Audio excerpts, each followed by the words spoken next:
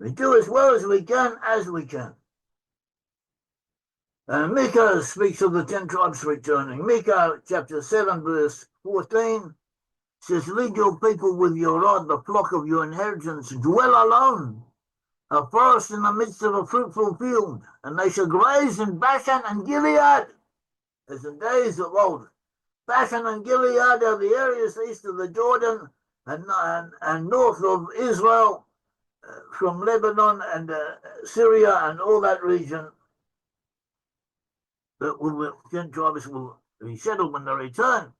Also, Zechariah 10 says, and I will return them from the land of Egypt. Egypt, in Hebrew, Mitzrayim, Egypt means Egypt. In some cases, it refers to Eastern Europe. There were colonies of the Egyptians in the Caucasus Mountain region and that area. And it's also referred to by the Assyrians and possibly also by the Egyptians, for the same name applied to Egypt. So the Bible may also have adopted, as some portions indicate, the same practice. And here and there the term Egypt may refer to those regions, the regions of Eastern Europe and Russia and so on. And also they will return them from the land of Assyria, from Assyria meaning Germany, meaning Western Europe, because that is where some of the Assyrians went to. Also the Edomites also went to there, and they were in charge of the Israelites. They were foremen over them. They were administrators of their exile, And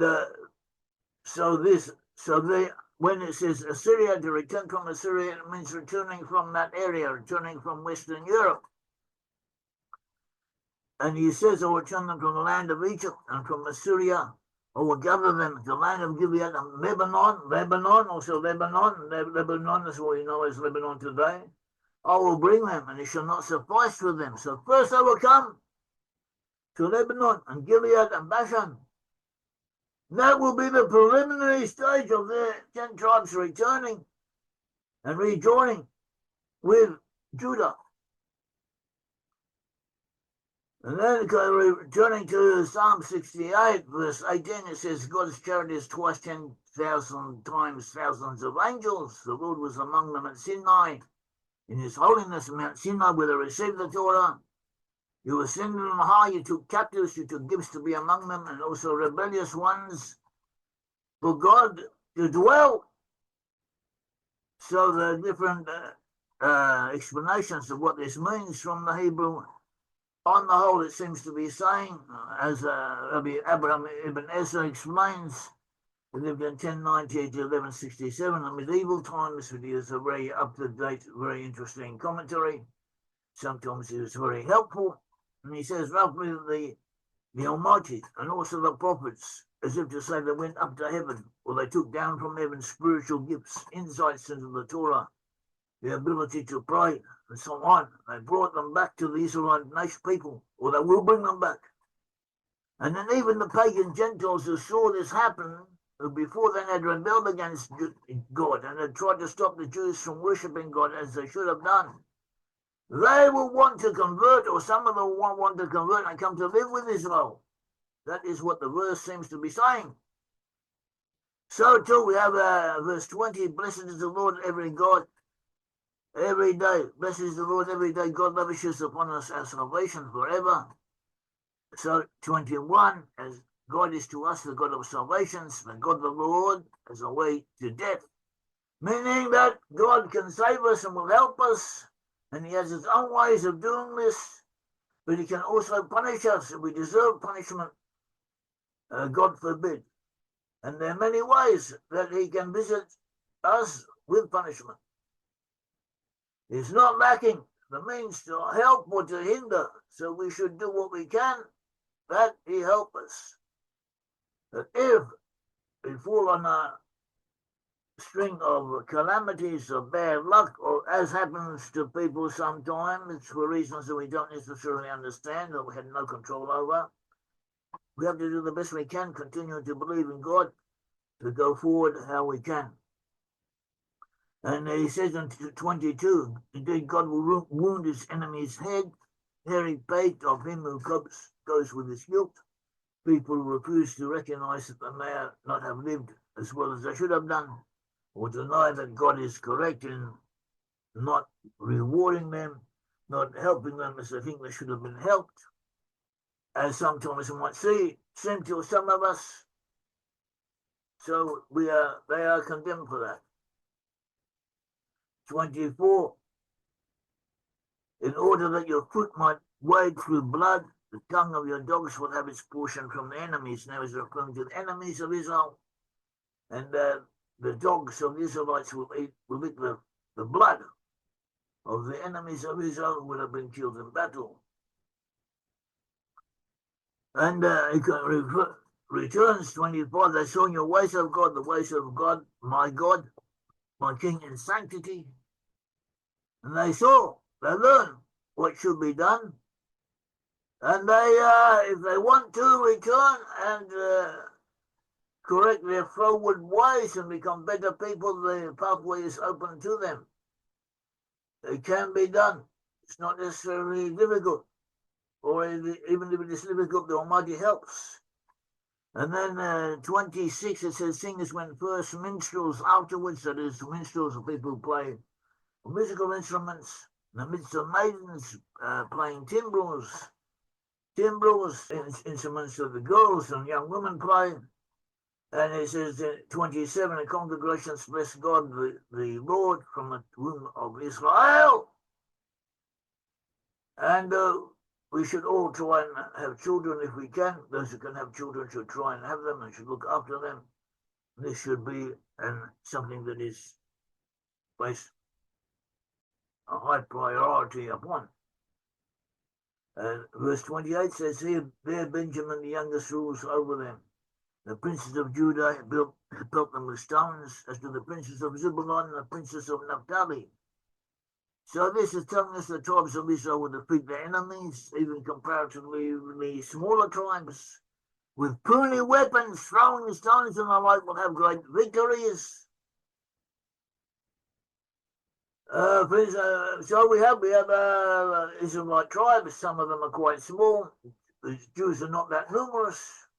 Nevertheless, the Almighty helps them, at least to some degree. It has helped them. It's helped them conquer and overcome forces that were much more powerful than themselves on paper, at least statistically.